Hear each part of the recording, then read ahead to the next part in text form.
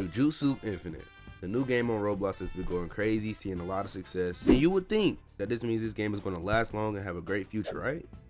Wrong. And I want to tell you why that's not the case right now. Now, if you don't know what Jujutsu Infinite is, then clearly you've been living under a rock. Now, JJK Infinite is a new Roblox game that's been highly anticipated throughout 2025. And for good reasons too. They have a fun, unique combat, great visuals, and honestly, the game's fun. It's not a bad game. And with that being said, let's go into the reasons why this game won't last. Reason number one being too many codes. Now, I feel like Type Soul had the same issue. Everybody's going to have the best things because each code comes with 200, 500, 300 spins. Nobody's going to use the commons. Barely anybody's going to use the rares. It's just going to be legendaries and special grades running around the whole game. Now, why would you even make a common or uncommon or rare if you're just going to give 500 codes and throw them at my fucking face and tell me spin for special grade? Then I'm going to do it too. I love gambling, nigga. I live for this shit, my nigga. I got on spin 200 times, got off, wait for the next code and spun again until I got what I wanted. And while it is enjoyable, ultimately, it's not a good thing for the long run. Now let's get into reason number two, the combat. Now while the combat is fun, most people just aren't used to no parry, no stun combat, me being included.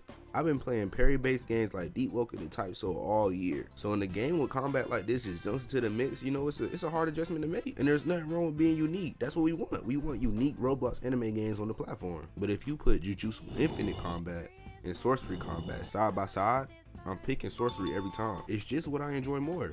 Now, that could be my opinion. I could be biased. So let me know in the comments if y'all think the same or if I'm tripping. Because so far from what I've seen, the combat is just rush spamming, gap closer spamming, and then combo.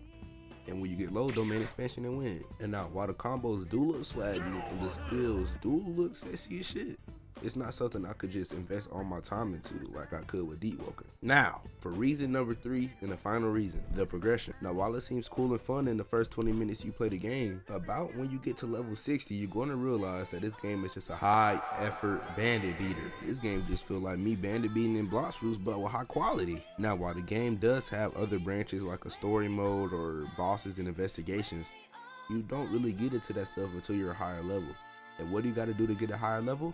Bandit beat. Now I love to beat, but I'm not a fan of bandit beaters. And when you get around to level 200, it becomes like a way longer process to prod. Like I got 40 levels in like 3 hours, and I was like, fuck this shit, I'm not playing no more. And for you grinders that really love the game and are passionate as shit to get to level 420, I applaud you guys, because you guys are the reason why games like Blox Fruits still got 1 million, 2 million players to this day. The story mode feel like I'm just exploring to bandit beat. The investigations feel like I'm just teleporting to bandit beat. The bosses feel like I'm just doing a high level bandit to beat. And when I'm finally done beating the bandits, it's a 0.25% for me to get the drops. And I'm like, oh, I can craft the drops.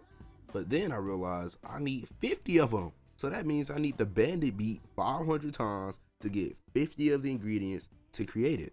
Or bandit beat 500 times to get it from the drop itself. And I'm personally just not a fan. I feel like I have to buy 2 times the XP to progress at a normal rate. And that concludes all my reasons why I feel like Jujutsu Infinite is going to have crazy success for like 2-3 weeks or a month, and then die out when the new January Rail Seas comes out. And that's okay.